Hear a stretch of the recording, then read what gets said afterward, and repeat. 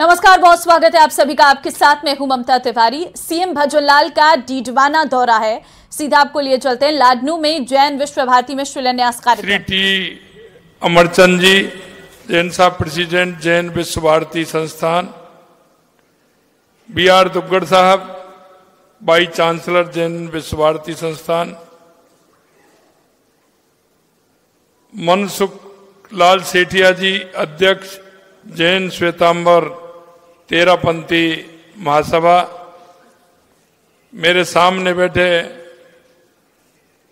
हमारी राजनीतिक क्षेत्र से पार्टी के वरिष्ठ नेता CR चौधरी साहब, कैबिनेट में मेरे साथी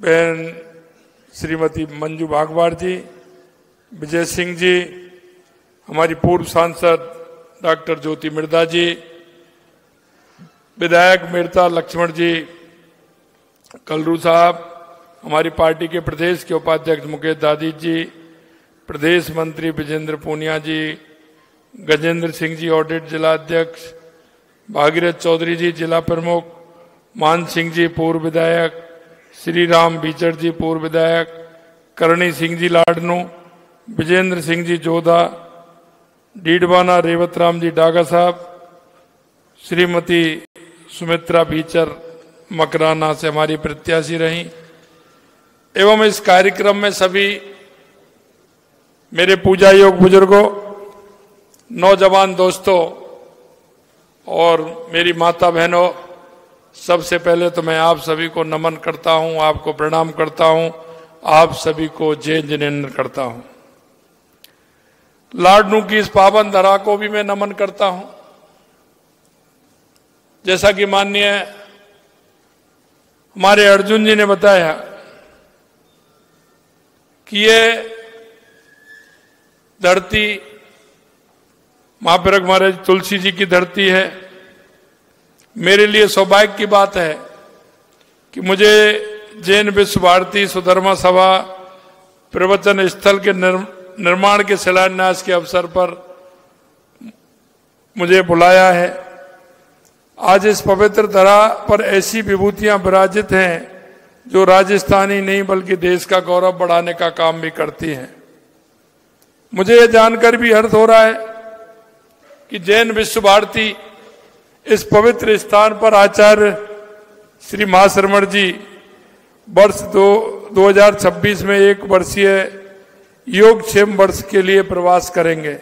ये मेरे साथ ही संपूर्ण प्रदेश के लिए मंगलकारी होगा, क्योंकि अभी अभी मैं चुनावों के समय मेरा महाराष्ट्र के अंदर जाना हुआ, औरंगाबाद, संभाजी नगर, महाराज जी से मिलना हुआ। मैं निश्चित रूप से कह सकता हूं कि ऐसे हमारे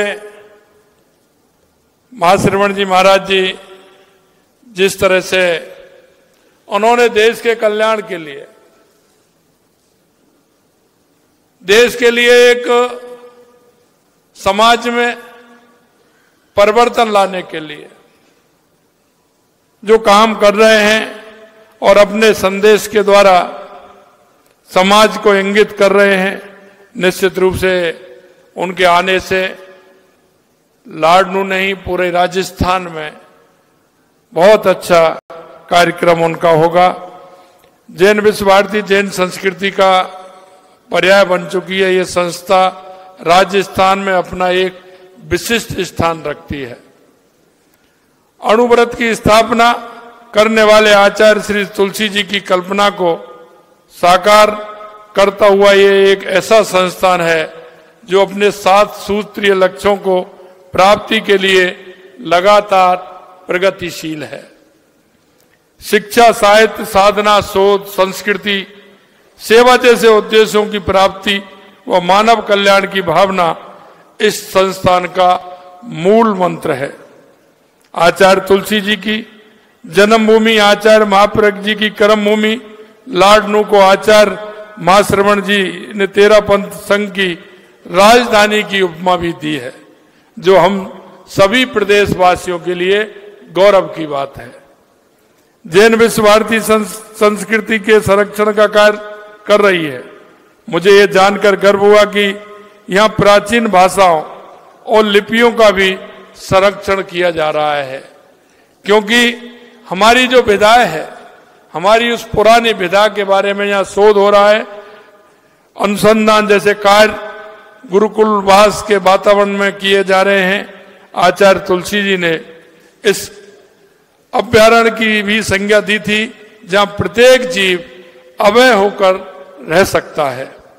जैन विश्व भारती ध्यान, योग, जैन विधा, राजस्थानी लिपि, प्राकृत भाषा आदि के क्षेत्र में अपनी विशिष्ट पहचान बनाए हुए हैं। ये इस प्रकार के अध्यापन के लिए समर्पित एकमात्र विश्वविद्यालय है। आचार्य तुलसी जी ने जैन विश्व भारती की कल्पना एक ऐसे परिसर के तौर पर की जहां नर्सरी से डीलिट तक की शिक्षा प्राप्त की जा सकती है। भारत एक समय शिक्षा का महान केंद्र था, और आपने देखा होगा, पढ़ा भी होगा, दुनिया के अंदर हमारा भारत शिक्षा के केंद्रों के लिए भी और शिक्षा देने के लिए भी जाना जाता था। नालंदा जैसे विश्वविद्यालयों में देश विदेश के विद्यार्थी, शिक्षार्थी शिक्षा पर प्राप्त करने के लिए आते थे। हमारे यशस्वी प्रधानमंत्री श्री नरेंद्र मोदी जी ने नालंदा विश्वविद्यालय को नया जीवन देकर पुरातन संस्कृति का वैभव बहाल करने का काम हमारे देश के यशस्वी प्रधानमंत्री जी ने किया है। यही नहीं, जैन विश्व भारती की स्थापना के पीछे भी महान सोच रही है। यहाँ शोध का कार्य किया जाता है। जैन दर्शन के आगमों को अध्ययन शोध को जो यहाँ काम किया जाता है, उसकी चहुं और चारों तरफ उसकी प्रशंसा है। मेरा इस संस्थान से पहले से भी जुड़ाव रहा है और लगाव रहा है। इस पवित्र परिसर में आयोजित भाजपा की जो प्रदेश कार्य समिति हुई, उसमें भी मुझे यहाँ लगभग 3 दिन रहने का मौका मिला। मैंने उस समय ये पहली बार देखा था। पहली बार मैंने देखा कि लाडनू में इतना बड़ा परिसर, इतना बड़ा संस्थान है। निश्चित रूप से मैं नमन करना चाहता हूं आचार्य तुलसी जी को कि उन्होंने इस तरह का विचार उस समय किया, और आज हम उस प्रांगण को देख रहे हैं कि जिस तरह से सभी क्षेत्र में अपनी आभा फैलाए हुए है। मुझे इतना भव्य और दिव्य संस्थान, जिनकी मैं शब्दों में नहीं कह सकता, क्योंकि यहाँ जिस तरह से सारे विषयों को ध्यान में रखते हुए यहाँ जिस तरह से काम हो रहे हैं, उनकी कल्पना कितनी बड़ी थी। जब संतों के चरण कमल पड़ते हैं, ये भूमि फलदायिनी हो जाती है। हमारी प्रदेश कार्य समिति की बैठक इस पवित्र भूमि पर हुई, उसका सुफल भाजपा के चुनावों में स्पष्ट जनादेश मिलना, यह उस सुखद की अनुभूति है। तेरापंथी की आचार परंपरा बहुत यशस्वी रही है। आचार्य श्री तुलसी को उसमें अनेक महत्वपूर्ण कड़ियां जोड़ने का श्रेय है, दिया जाता है। युग आए, युग चले गए। इस मातृभूमि ने कुछ ऐसे लोगों को जन्म दिया जो युग के साथ नहीं बहे, बल्कि युग को अपने बहाव के साथ लेकर गए। आचार्य तुलसी जी एक ऐसे ही महापुरुष थे। अणुव्रत के प्रवर्तक आचार्य तुलसी मानवता के प्रतीक थे। उन्होंने अणुव्रत आंदोलन के जरिए मानव धर्म का व्यवहारिक स्वरूप लोगों के सामने रखा। उन्होंने समाज को अंधविश्वास, रूढ़िवादिता, पूर्वाग्रह से मुक्त किया। भौतिकवाद की तरफ बढ़ते हुए मानव को आध्यात्मिकवाद की तरफ मोड़ने का काम आचार्य तुलसी ने किया। मानव समाज को आध्यात्मिक और सांस्कृतिक चेतना का जागरण करना उनके जीवन का परम लक्ष्य था। और जब आध्यात्मिक और सांस्कृतिक चेतना की तरफ हम बढ़ते हैं, तो हमारे आने वाली पीढ़ी या हम स्वयं में अनुभव करते हैं कि जब आध्यात्म की ओर बढ़ते हैं तो हमारे आचरण और विचार, समाज के प्रति हमारा भाव अपने आप बदलने लगता है। और जब समाज के अंदर हमारा भाव बदलने लगता है तो हमारा समाज मजबूत होता है, अग्रणी बनता है। समाज में अनेक प्रभाव ऐसे होते हैं जिसको समाज को लाभ मिलता है। देश विदेश के प्रमुख जननेता और प्रबुद्ध मनीषी उनके कार्यों और विचारों से प्रभावित थे। राष्ट्रपति भवन, संसद भवन, लाल किले जैसे महत्वपूर्ण स्थान, कई विधानसभाएं, अनेक बार उन्होंने अपना नैतिक संदेश देने का काम किया। आचार्य श्री तुलसी सूक्ष्म एवं पारदर्शी दृष्टि के धनी थे। उन्होंने आचार्य महाप्रज्ञ जी और आचार्य महाश्रवण जी जैसे रत्नों को भी तराशने का काम आचार्य तुलसी जी ने किया। आचार्य तुलसी जी कहते थे कि तुलसी में महाप्रज्ञ देखो, महाप्रज्ञ में तुलसी। और आचार्य श्री महाप्रभु का ये देश के हिंदी साहित्यकारों में प्रमुख स्थान है। साहित्य जगत में उनके साहित्य को भी समय समय पर चर्चा होती रहती थी। आचार्य जी महाश्रवण जी की सहजता एवं पवित्रता में उनमें महात्मा दर्शन होता है। आचार्य श्री तुलसी जी कहते हैं कि साधु हो तो महाश्रवण जैसा हो। आचार्यों के ऐसे उद्गार महापुरुषों के लिए संभव हैं। यह संस्थान सामाजिक, सांस्कृतिक और आध्यात्मिक गुणों की त्रिवेणी है। जैन विश्व भारती परम पूज्य आचार्य श्री महाश्रवण के जी के आध्यात्मिक संरक्षण में विकास की ओर निरंतर गतिमान है। लाडनू का यह जैन विश्व भारती संस्थान एक विलक्षण विश्वविद्यालय है। यहाँ जीवन मूल्यों की शिक्षा दी जाती है और विद्यार्थियों के लिए आदर्श जीवन का मार्ग प्रशस्त करने के लिए उनको आगे किया जाता है। इस विश्वविद्यालय में केवल प्रोफेशनल नहीं बल्कि मानव बनते हैं। यह मूल्यों पर केंद्रित संस्थान है। आज इस अवसर पर समस्त प्रदेश के विकास और प्रगति की कामना करता हूं। आचार्य श्री तुलसी एवं आचार्य श्री महाप्रज्ञ जी को मैं शीश नवाता हूं और आचार्य श्री महाश्रवण जी से आशीर्वाद मांगता हूं कि प्रदेश की शांति, खुशहाली, उन्नति और समाज के अंदर भाव पैदा करना और समाज में एक अच्छे विचार लाना, जिससे कि हमारा राजस्थान आगे बढ़े, हमारा राजस्थान आचार्य तुलसी जी के मार्ग पर चले, आचार्य महाश्रवण जी के मार्ग पर चले। हमारा समाज एक ऐसा समाज हो, क्योंकि कोई भी देश या प्रदेश की अगर उसकी ऊंचाइयों का उदाहरण दिया जाए और उसकी प्रगति का उदाहरण दिया जाए, सिर्फ अच्छी सड़कें, अच्छी इमारतों से नहीं दिया जा सकता। अगर वो दिया जा सकता है तो एक अच्छे विचारों से दिया जा सकता है।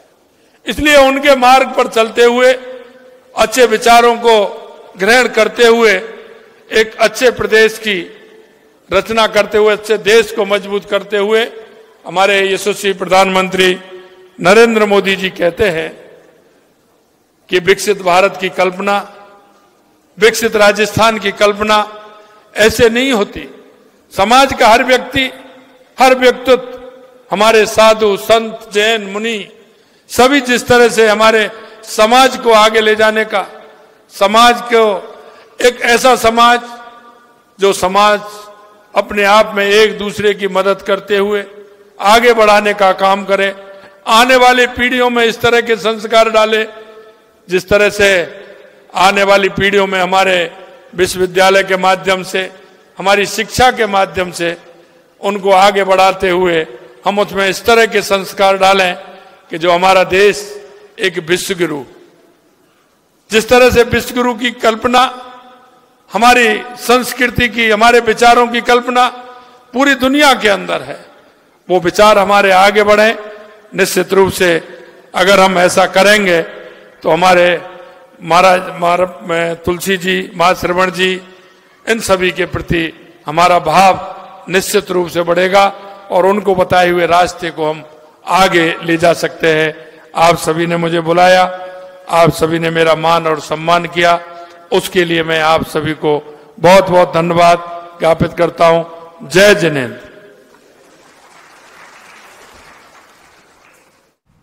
तो इस संस्थान से मेरा पहले भी जुड़ाव रहा है। सीएम की तरफ से ये बड़ी बातें की गई, कहा गया कि ये संस्थान से मेरा पहले भी जुड़ाव है। दरअसल जैन विश्व भारती में शिलान्यास कार्यक्रम जहां पर सीएम भजनलाल खुद सम्मिलित हुए।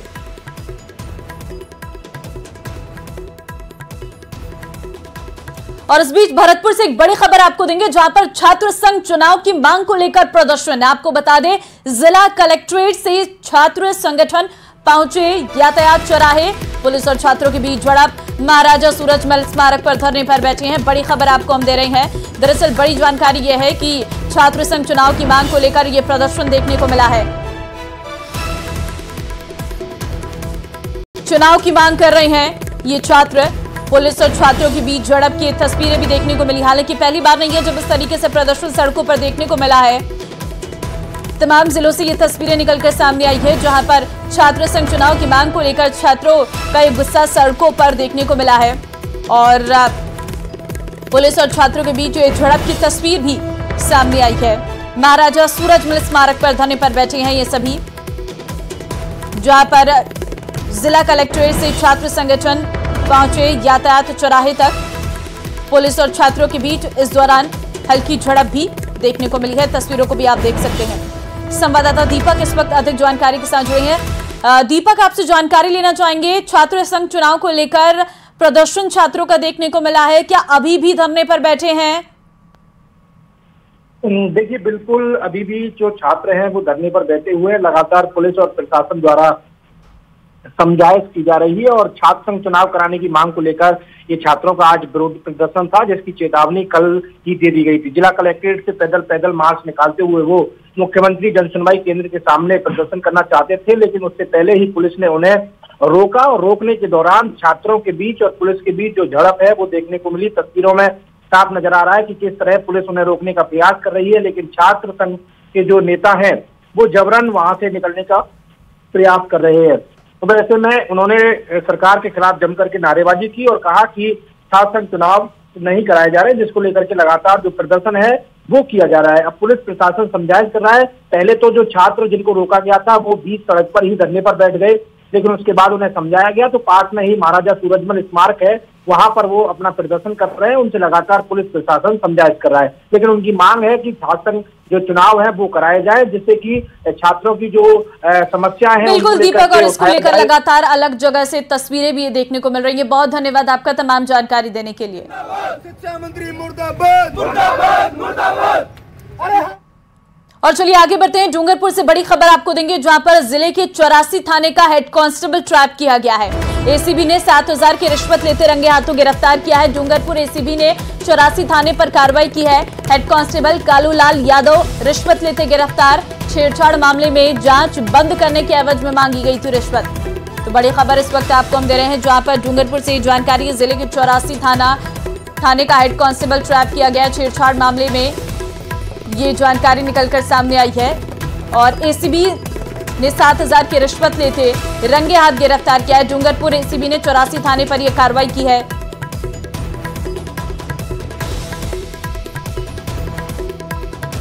टोंक में भारी बारिश लोगों के लिए मुसीबत बनी हुई है। बरसात के बाद पानी के तेज बहाव से पीपलू में हरिपुरा एनीकट जो है वो टूट गया है, जिसके चलते लोगों की मुश्किलें बढ़ गई हैं। एनीकट टूटने की वजह से 1 दर्जन से अधिक गांव प्रभावित हुए हैं और आने वाले और जाने वालों के लिए 10 किलोमीटर का चक्कर लगाना पड़ रहा है।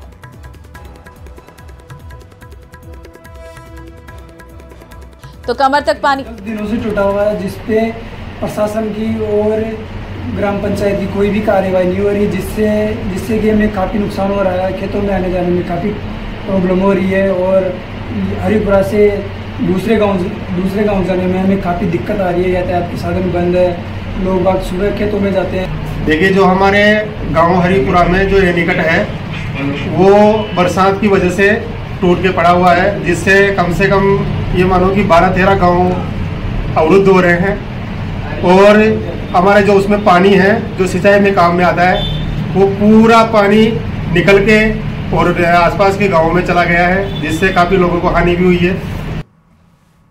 प्रदेश के सहकारिता मंत्री गौतम दत्त ने आज प्रतापगढ़ सर्किट हाउस में जनसुनवाई की है। जनसुनवाई में बड़ी संख्या में भाजपा कार्यकर्ता और ग्रामीण सर्किट हाउस पहुंचे।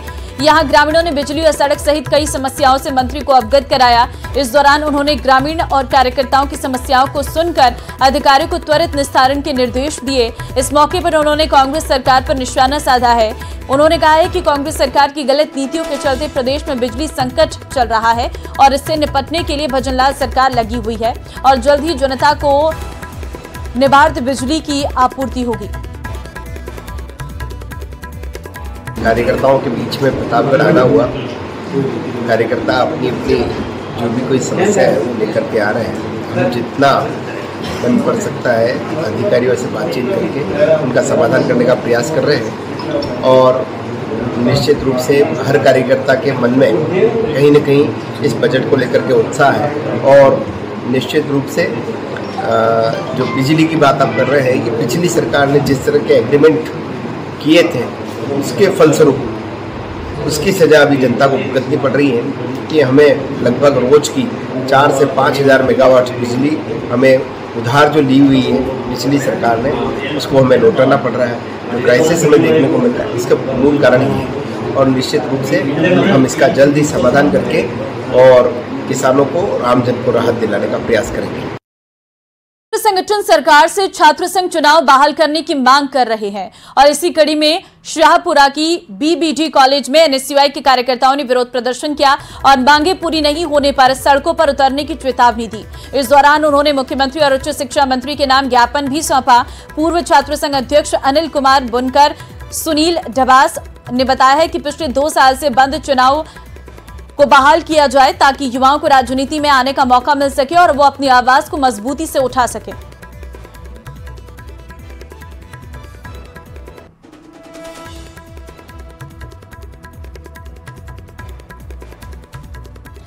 अलवर के सिलीसेड झील पर पानी में घुसकर बाइक और कार से रील बनाना कुछ युवकों को भारी पड़ गया। पुलिस ने स्टंटबाजी करने वाले कुल 16 युवकों को गिरफ्तार किया है। पूरा मामला क्या है इस रिपोर्ट में देखिए।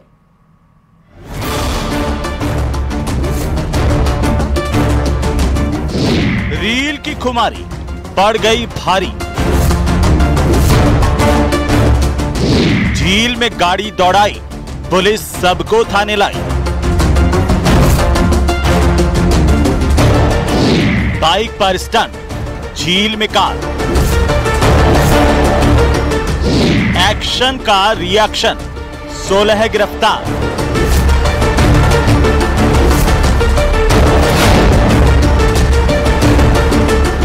रील बनाने के चक्कर में लोग किसी भी तरह के खतरे को मोल लेने से भी नहीं चूक रहे हैं। रील की खुमारी लोगों पर इतनी हावी हो गई है कि वो किसी भी हद को पार कर जा रहे हैं। ऐसा ही एक मामला अलवर के अकबरपुर से सामने आया है, जहां कुछ युवकों ने सोशल मीडिया पर लाइक बटोरने के लिए सिलीसेड झील में जमकर स्टंटबाजी की। इन युवकों ने झील में मोटरसाइकिल और कार घुसाकर स्टंटबाजी की। इतना ही नहीं, युवकों ने रील बनाई और सोशल मीडिया पर शेयर कर दिया। वीडियो पुलिस तक पहुंचा तो कार्रवाई की गई। कुछ जो सोशल मीडिया इन्फ्लुएंसर्स हैं ये रील्स बनाने के लिए सिलीसेड में जा रहे हैं और वहाँ खुद की जान खतरे में डाल के और जो वहाँ का इकोसिस्टम है उसको डैमेज करते हुए, जो बारिश में नया पानी भरा है उथला पानी, उसमें बाइक और कारों से स्टंट कर रहे हैं। तो 2 दिन से पुलिस ने ऐसे लोगों के खिलाफ अभियान चलाया हुआ है। करीब 12-15 गाड़ियां जब्त की है और करीब 15-20 लोगों को 151 जो प्रिवेंटिव धारा है उसमें अरेस्ट भी किया है। झील में इस वक्त करीब 18 फीट पानी है और करीब 300 से ज्यादा मगरमच्छ हैं। झील में जिस तरफ बोटिंग होती है उस तरफ मगरमच्छ कम होते हैं। हालांकि युवक जिस तरफ बाइक कार लेकर गए थे उस तरफ मगरमच्छ ज्यादा हैं। ऐसे में पुलिस ने मामले में 2 दिन कार्रवाई की और 16 युवकों को गिरफ्तार किया। उनके कब्जे से 6 बाइक को जब्त किया गया। वो हम कोशिश ये कर रहे हैं कि भाई जितने भी पिकनिक स्पॉट्स हैं उन पर जिस दिन बारिश है या जिस दिन छुट्टी का दिन है वहां पर थोड़ा पुलिस डिप्लॉयमेंट रखें ताकि ऐसी जो इंसिडेंट्स है उन पर अंकुश लगाया जा सके। रील्स के चक्कर में जान की बाजी लगाने वाले इन लोगों को तो पुलिस ने गिरफ्तार कर लिया है, लेकिन थोड़ी सी लापरवाही से ये मगरमच्छ के शिकार भी हो सकते थे। न्यूज़ 18 राजस्थान के लिए अलवर से राजेंद्र शर्मा की रिपोर्ट।